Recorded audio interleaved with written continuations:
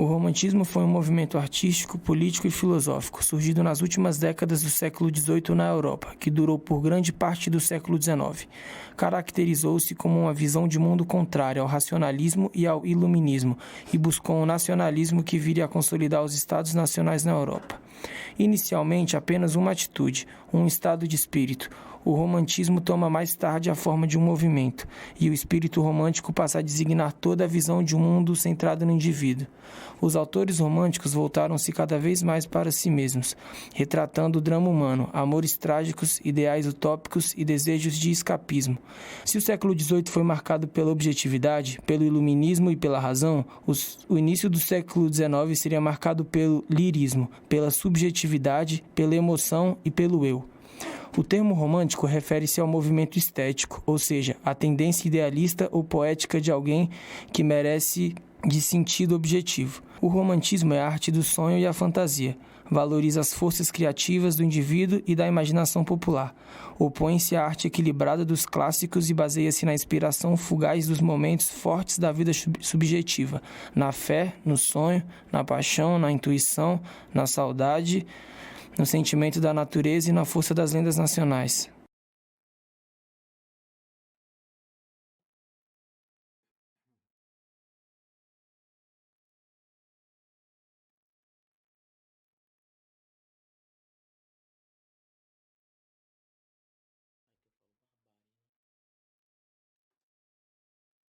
Primeira geração. As características centrais do romantismo viriam a ser o lirismo, o subjetivismo, o sonho de um lado, o exagero, a busca pelo exótico e pelo inóspito de outro. Também destaca-se o nacionalismo, presente da coletânea de textos e documentos de caráter fundacional e que remetem ao nascimento de uma nação. Fato atribuído à época medieval, a idealização do mundo e da mulher e a depressão por essa mesma idealização não se materializar, assim como a fuga da realidade e o escapismo. A mulher era uma musa, ela era amada e desejada, mas não era tocada. Exaltação da natureza, excesso de sentimentalismo, amor indianista e ufanismo, exaltação da pátria.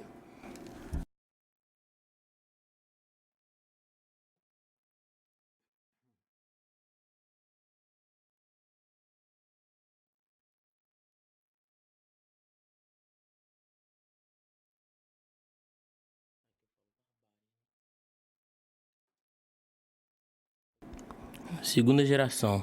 A segunda geração romântica é caracterizada por morte, tristeza, entre outros males. Tudo isso pode ser encontrado facilmente no meio gótico. Pessoas que, movidas por tais situações, acabam isolando-se da sociedade e passam a viver em pequenos grupos com o objetivo apenas de compartilhar as dores e sofrimento. Outra característica interessante da segunda geração é a idealização da mulher e o sentimentalismo. A novela das 9, fina estampa do diretor Wolf Maia, da Rede Globo, fez uma exaltação à personagem Pereira, interpretada por Lília Cabral. Para sobreviver e criar seus meninos, Pereira passou a fazer uma das únicas tarefas que havia aprendido fora do serviço doméstico, mecânica. Griselda conserta de tudo um pouco, desde trocar pneus a mexer com eletricidade, ou reparos em eletrodomésticos, fazendo pequenos serviços de casa em casa, sempre usando um macacão de oficina. É conhecida como marido de aluguel, ou Pereirão, por seus serviços. Esta visão traz características de exaltação à mulher e o amor a seus filhos e ao trabalho.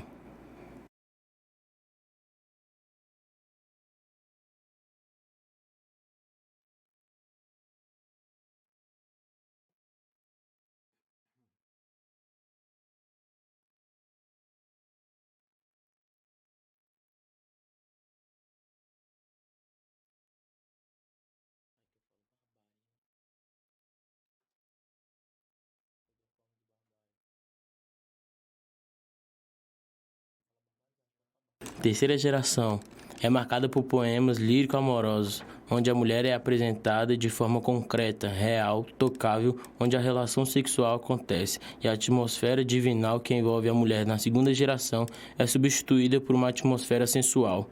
Além disso, na terceira geração ocorre um forte traço social. Os poetas dessa geração se preocupam em denunciar a escravidão e qualquer outra forma de barbaridade contra os seres humanos em seus poemas.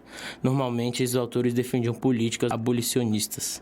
Raquel Débora Seco era uma jovem de classe média paulistana que estudava num colégio tradicional da cidade.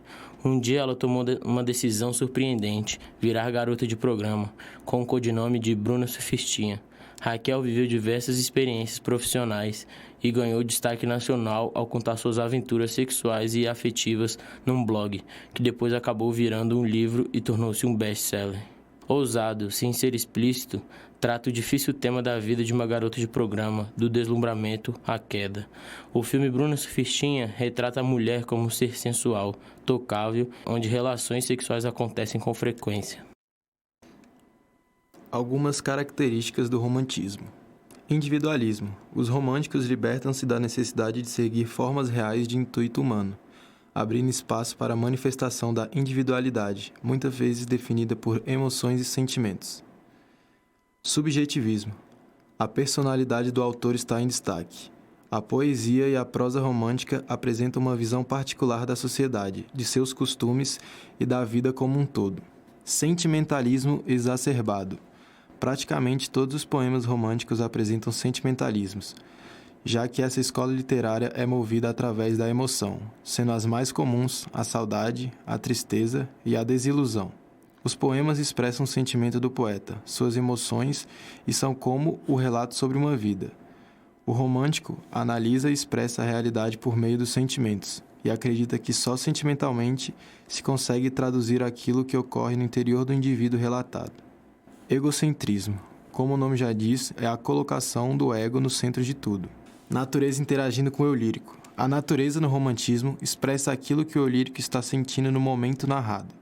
A natureza pode estar presente desde as estações do ano, como formas de passagens a tempestades ou dias de muito sol.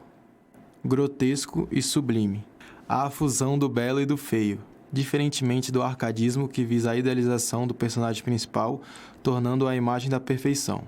Como exemplo, temos o conto de A Bela e a Fera, no qual uma jovem idealizada se apaixona por uma criatura horrenda. Medievalismo. Alguns românticos se interessavam pela origem de seu povo, de sua língua e de seu próprio país. Na Europa, eles chamavam o cavaleiro fiel à pátria um ótimo modo de retratar as culturas de seus países. Esses poemas passam-se em eras medievais e retratam grandes batalhas e guerras. Indianismo. É o medievalismo adaptado ao Brasil.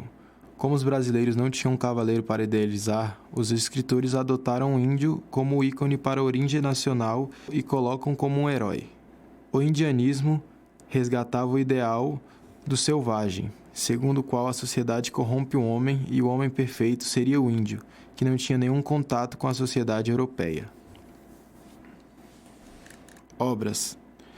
As primeiras manifestações românticas na pintura ocorreram quando Francisco Goya passou a pintar depois de começar a perder a audição.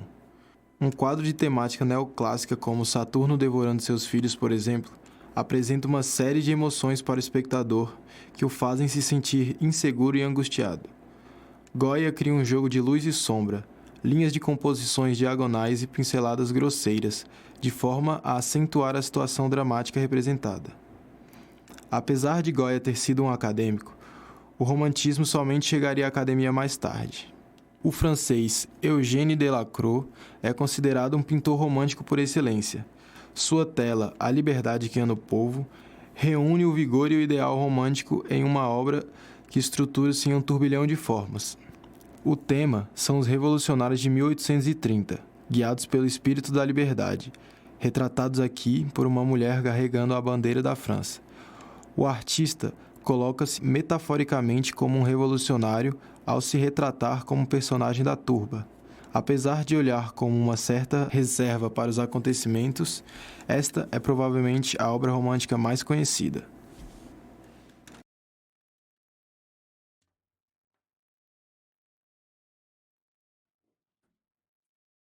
Romantismo no Brasil.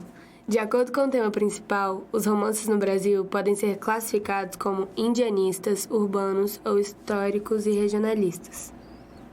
No romance indianista, o índio era o foco da literatura, pois era considerado uma autêntica expressão da nacionalidade e era altamente idealizado. Como um símbolo da pureza e da inocência, representava o homem não corrompido pela sociedade, o não capitalista, além de assemelhar-se aos heróis medievais, fortes e éticos. Junto com tudo isso, o indianismo expressava os costumes e a linguagem indígenas, cujo retrato fez de certos romances excelentes documentos históricos. Os romances urbanos tratam da vida na capital e relatam as particularidades da vida cotidiana da burguesia, cujos membros se identificavam com os personagens. Os romances faziam sempre uma crítica à sociedade através de situações corriqueiras, como o casamento por interesse ou a ascensão social a qualquer preço. Por fim, o romance regionalista propunha uma construção de texto que valorizasse as diferenças étnicas, linguísticas, sociais e culturais que afastam o povo brasileiro da Europa e caracterizava-os como uma nação. Os romances regionalistas criavam um vasto panorama no Brasil, representando a forma de vida e individualidade da população de cada parte do país. A preferência dos autores era por regiões afastadas do centro urbano, pois esses estavam sempre em contato com a Europa, além de o espaço físico afetar suas condições de vida. José de Alencar é considerado um dos maiores expoentes do romantismo no Brasil. Atuou como jornalista, crítico, advogado, dramaturgo e político. Além disso, foi patrono da cadeira número 23 da Academia Brasileira de Letras. Na primeira geração romântica, com teor nacionalista e indianista, Alencar exaltou diversos aspectos nacionais e a figura do índio como herói brasileiro. Suas principais obras indianistas foram O Guarani, em 1857, Iracema, em 1865 e Ubirajara, em 1874. José de Alencar foi uma figura multifacetada, exerceu sua profissão de advogado e atuou na política elegendo-se deputado estadual do Ceará. Foi também chefe da Secretaria do Ministério da Justiça e ministro da Justiça. Atuou como jornalista no Correio Mercantil e redator-chefe no Diário do Rio de Janeiro, a partir de 1856. Nesse mesmo ano, publicou seu primeiro romance, 5 Minutos. A despeito de ter morrido com 48 anos, José de Alencar foi um ávido escritor e dono de uma vasta obra. Escreveu romances urbano, indianista, regionalista, histórico, crônicas, críticas e teatro. Suas obras foram marcadas, em sua maioria, por temáticas voltadas para o nacionalismo e a história e cultura popular brasileira. Outra importante característica refere-se à linguagem, uma vez que Alencar foi um grande inovador da língua portuguesa e valorizou uma linguagem mais nacional.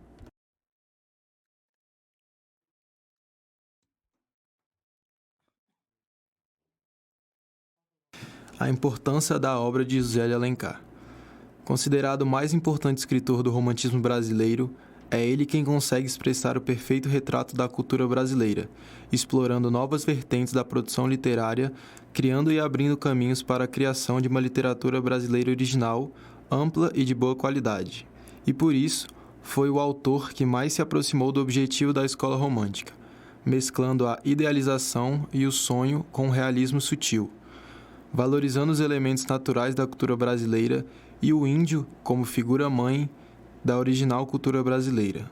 Suas obras foram capazes de inspirar nos burgueses o gosto pela literatura nacional e também de inspirar diversos autores a seguir caminhos por ele traçados, concretizando assim seu projeto nacionalista de revelar o Brasil num todo.